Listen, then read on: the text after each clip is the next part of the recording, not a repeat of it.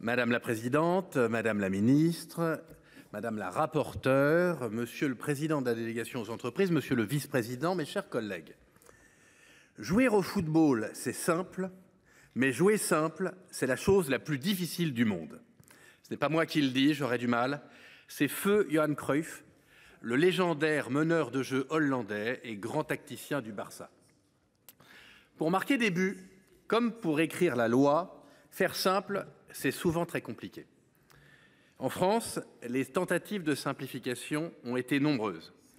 Elles sont manifestement restées inabouties. Depuis que le président Pompidou demandait au jeune conseiller Chirac, je cite, « d'arrêter d'emmerder les Français », on cherche à simplifier. Mais ce n'est pas parce que ce combat est ancien qu'il est dépassé, loin s'en faut. Le gouvernement estime que le coût des réglementations pesant sur les entreprises représente au moins 3% du PIB, soit 60 milliards d'euros par an. C'est colossal. Je tiens donc à remercier très chaleureusement le président Olivier Rietmann de remettre l'ouvrage sur le métier.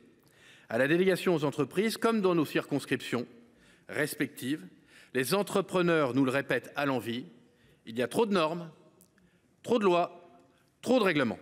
Il faut donc simplifier pour renforcer notre productivité, simplifier pour améliorer notre compétitivité, simplifier accessoirement pour ne pas embêter les entreprises, si je veux rester poli, puisque monsieur le vice-président me le demande. Le Premier ministre, dans son discours de politique générale, l'a dit lui aussi avec son propre verbe, certes moins percutant que Pompidou, mais plus élégant. Il faut débureaucratiser la France. Le chantier est immense, mais la volonté est, je le crois, largement partagée ici. La proposition de loi portée par le président Rietmann nous permet donc d'anticiper les futurs projets de loi portés par le gouvernement. C'est aussi le rôle du Sénat. Là où ce texte est innovant, c'est qu'il propose une nouvelle méthode, une nouvelle façon d'élaborer les lois et les règlements.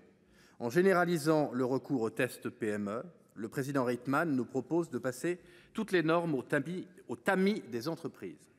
L'objectif est simple, associer les entreprises avant de légiférer ou de réglementer, au lieu de tenter de corriger le tir après avoir constaté les dégâts. Je le dis donc très clairement, notre groupe partage tout à fait cet objectif, simplifier notre droit et cette méthode, mieux associer les entreprises à l'élaboration des normes.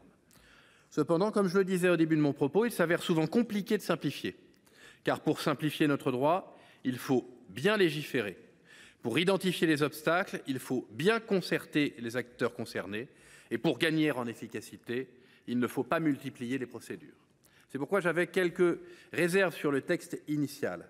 En effet, il n'est pas évident en première analyse qu'ajouter 6 nouveaux articles au Code des relations entre le public et l'administration soit le chemin le plus direct pour simplifier le droit existant.